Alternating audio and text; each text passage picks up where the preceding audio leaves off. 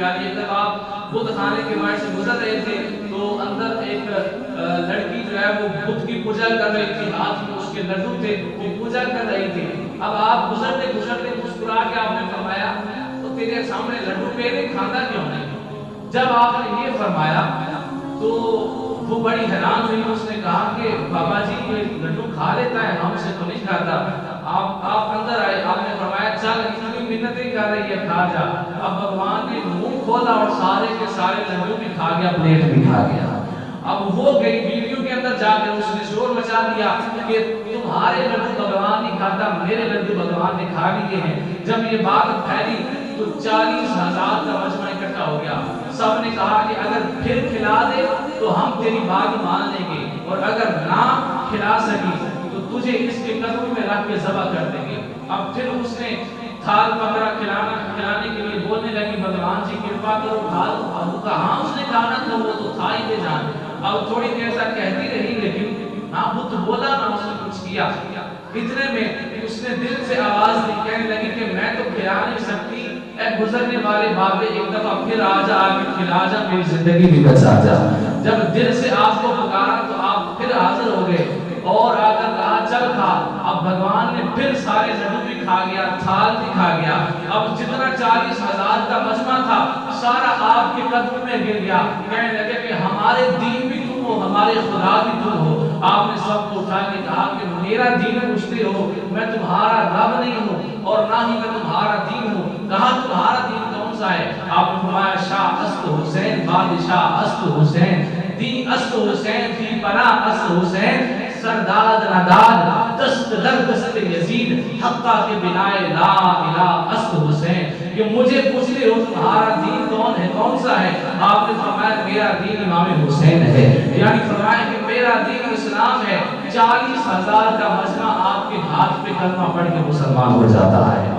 تجھے آپ کی اور 90 لاکھ کے مجمع کا بھی آتا ہے کہ آپ نے 90 لاکھ کے مجمع کو کلمہ پڑھایا، اور بہت سا آپ کا کتابوں میں تذکرہ ملتا ہے، بہت سی کرامات آپ کی ملتی ہیں۔ جب پرتھوی راج نے جے پال جوگی کو لے کر آیا آپ سے مقابلہ کروانے کے لیے، کبھی وہ آپ پر آگ پھینکتا، کبھی کوئی وار کرتا، کبھی کوئی وار کرتا، آپ اور آپ کے مرید ایک گول دائرے کے اندر کھڑے تھے، وہ جو بھی بھیجتا آپ تک نہ پہنچتا۔ اللہ تعالیٰ کی قدرت سے اور خواجہ صاحب کی کرامت سے آپ تک کوئی بھی چیز نہ پہنچتی۔ بالآخر وہ جو جوگی تھا اس نے کہا کہ میں اسے اپنا کمال دکھاتا ہوں۔ اس نے اپنا تھیلے میں سے ایک کھال باہر نکالی کسی جانور کی، اس پہ کوئی مندر پڑا اور اس پہ کھڑا ہو گیا۔ اب اس کے جادو کا اثر کیا ہوا کہ وہ کھال اس کو لے کے ہوا میں اڑنے لگی۔ جتنے تماشائی تھے وہ اب دل سے مان گئے تھے کہ واقعی یہ سچا ہے۔ جو حضور خواجہ غریب نواز کے مرید تھے ان کی بات نہیں کر رہا، جو تماشائی تھے، جو دیکھنے والے تھے، وہ دل سے مان گئے کہ واقعی یہ جوگی سچا ہے اور خواجہ صاحب معاذ اللہ سچے نہیں ہے۔ اب وہ اڑ رہا تھا ہوا کے اندر، خواجہ صاحب نے لکڑ کا جوتا پہنا ہوا تھا، 2-2 کلو کی، 2-2 کلو وزنی آپ کی لکڑ کی جوتی تھی، جس کو پنجابی میں نمکھڑات کہا جاتا ہے۔ آپ نے بسم اللہ شریف پڑھ کے ہوا میں ایسے پھینکی۔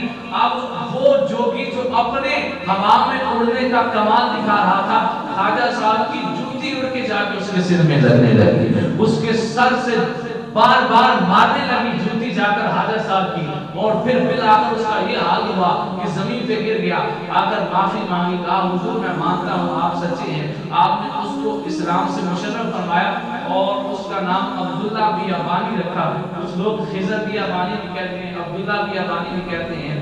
اور پھر اس نے اسلام قبول کیا، غریبوں کی مدد کرنا شروع کر دی اور کہا حضور میرے لیے دعا فرمائیں کہ میں قیامت تک آقا علیہ السلام کی امت جو بھٹکے اس کو سیدھے رستے پہ لگا کر رہوں۔ آج بھی ہندوستان کے لوگ کہتے ہیں کہ جب ہم کہیں رستہ بھول جائیں تو ہم یہ کہتے ہیں کہ یا عبداللہ بیابانی ہم بھوکے ہیں، ہمیں کھانا کھلا، ہمیں پیاس لگی ہمیں پانی پلا، اور ہم رستہ بھول گئے ہیں ہمیں رستے پہ چلا۔ تو فرماتے ہیں آج بھی وہاں کے لوگ کہتے ہیں کسی نہ کسی شکل میں ان کی مدد شامل حال ہو ہی جاتی ہے، ان کی مدد آ ہی جاتی ہے، چاہے کسی انسان کی شکل میں آئے، کوئی بندہ آ جائے، کوئی بھی کسی بھی قسم کے لحاظ سے